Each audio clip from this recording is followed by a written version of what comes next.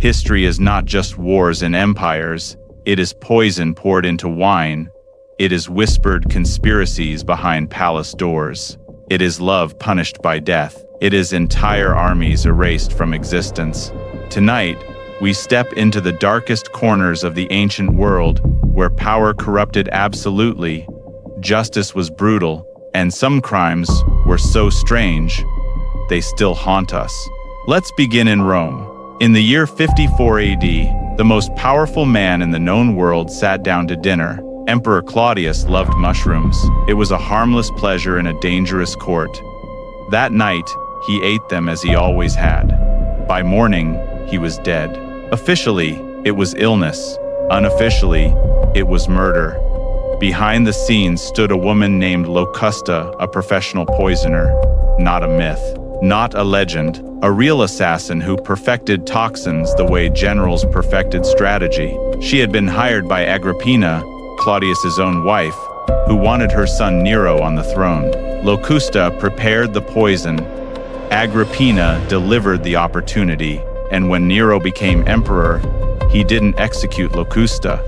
He rewarded her, he protected her, he even ordered her to train students. Ancient Rome did not just tolerate assassination, it institutionalized it. Poison became policy. Now imagine this.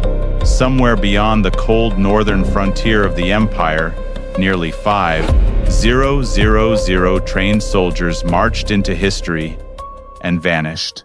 The Ninth Legion, Legio the Ninth, Hispana had fought in brutal campaigns across Europe. They crushed revolts. They enforced Roman law. They were disciplined, hardened, unstoppable. And then, around 120 AD, they disappeared.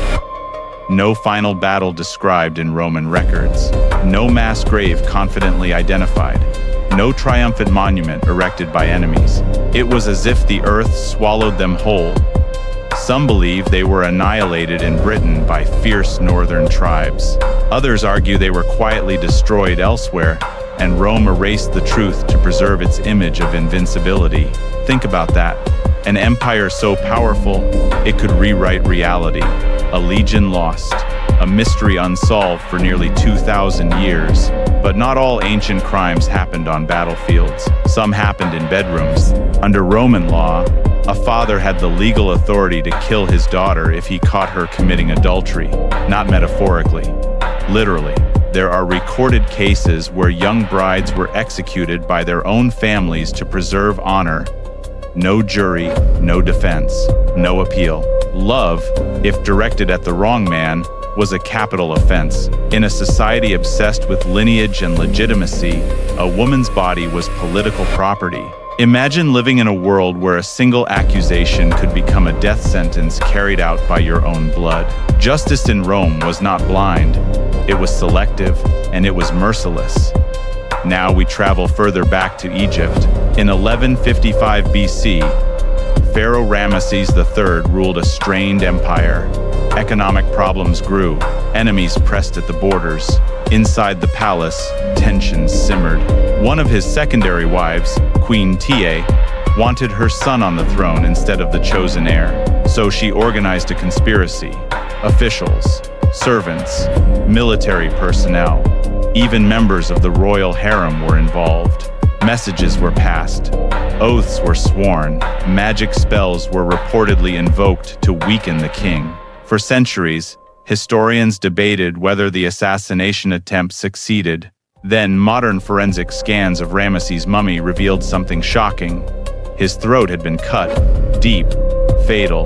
The ancient trial transcripts, preserved on papyrus, describe mass executions of conspirators. Some were forced to take their own lives. Others were mutilated. A palace coup, a murdered pharaoh, a royal cover-up buried in sand for 3 millennia. And then there is perhaps the strangest case of all, the Emperor Caligula. History remembers him as mad tyrant who humiliated senators and demanded worship. At one point, he ordered his soldiers to march to the coastline and declare war on the sea. They were commanded to stab the waves, to collect seashells as spoils of victory. It sounds absurd, insane. But some historians suspect something darker. What if this bizarre spectacle was propaganda? What if a planned invasion of Britain failed, and rather than admit defeat, Caligula staged a theatrical victory to maintain control? If so, the crime was not against the ocean, it was against truth itself. When power controls the narrative, madness can become strategy. Across these stories, a pattern emerges. Poison used to secure succession, legions erased to protect reputation, women killed to preserve honor, pharaohs assassinated inside sacred walls, emperors rewriting failure as triumph. Ancient civilizations built roads, temples, and laws that shaped our modern world. But beneath the marble and gold were secrets, crimes, cover-ups. Human ambition has not changed. The weapons have evolved. The headlines look different, but the motives, power, love, fear, pride remain exactly the same. History is not distant, it is a mirror. And sometimes, when we look too closely into that mirror, we realize we are not so different from the ancient world after all. The only difference is that today, our crimes are recorded in high definition. Theirs were carved in stone and sometimes carefully erased. Which of these ancient true crimes shocks you the most? And what other dark stories do you think history tried to bury? Because if the past has taught us anything, it's that the strangest stories are often the truest.